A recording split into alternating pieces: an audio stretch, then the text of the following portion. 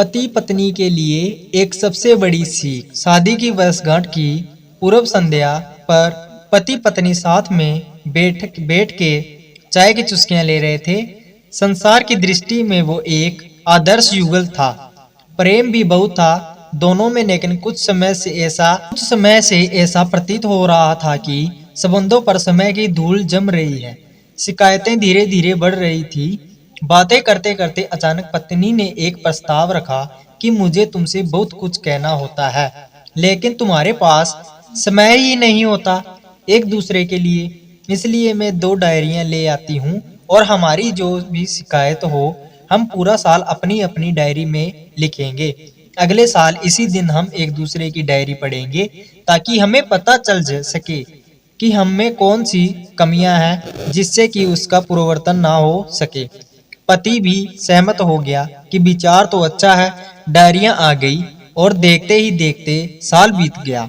अगले साल फिर विवाह की वर्षगांठ की पूर्व संध्या पर दोनों साथ बैठे, एक दूसरे की डायरियां ली। पहले आप पहले की मनुहार हुई। आखिर में महिला प्रथम की परिपाटी के आधार पर पत्नी की लिखी डायरी पति ने पढ़नी शुरू की। पहला पन्ना, दूसरा पन्ना, तीसरा पन्ना। आज शादी की वर्षगांठ पर मुझे ढंग का तोहफा नहीं दिया। आज होटल में खाना खिलाने का वादा करके भी नहीं ले गए। आज मेरे फेवरेट हीरो की पिक्चर दिखाने के लिए कहा तो जवाब मिला बहुत थक गया हूँ। आज मेरे मायके वाले आए हैं तो उनसे ढंग से बात नहीं की। आज बरसों बाद मेरे लिए साड़ी लाए भी तो पुराने डिजाइन की। ऐसी अनेक रोज की छोटी छोटी फरियादें लिखी हुई थी। पढ़कर पति की आंखों में आंसू आ गए। पूरा पढ़कर पति ने कहा कि मुझे पता ही नहीं था कि मेरी गलतियों का मैं ध्यान रखूंगा कि आगे से इनकी पुनरावृत्ति ना कहो। अब पत्नी ने पति की डायरी खोली। पहला पन्ना कोरा, दूसरा पन्ना कोरा, तीसरा पन्ना कोरा। 2-4 पन्ने साथ में पलटे, वो भी कोरे। फिर 50-100 पन्ने साथ में पलटे तो वो भी कोरे। पत्नी ने कहा कि मुझे पता था कि तुम मेरी इतनी सी इच्छा भी पूरी नहीं कर सकोगे। मैंने पूरा साल इतनी मेहनत से तुम्हारी सारी कमियां लिखी ताकि तुम उन्हें सुधार सको, और तुमसे इतना भी नहीं हुआ।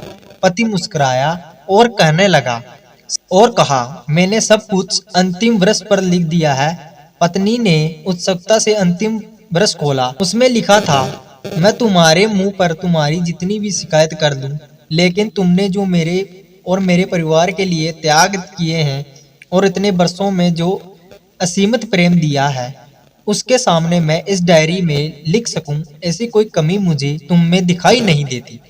ऐसा नहीं है कि तुम में कोई कमी नहीं है, लेकिन तुम्हारा प्रेम, तुम्हारा समर्पण, तुम्हारा त्याग और सब कमियां से ऊपर है। मेरी अनगिनत अक्षम्य भूलों के बाद भी तुमने जीवन के प्रत्येक चरण में छाया बनकर मेरा साथ दिया है और निभाया है। अब अपनी ही छाया में कोई दोष कैसे दिखाई दे मुझे।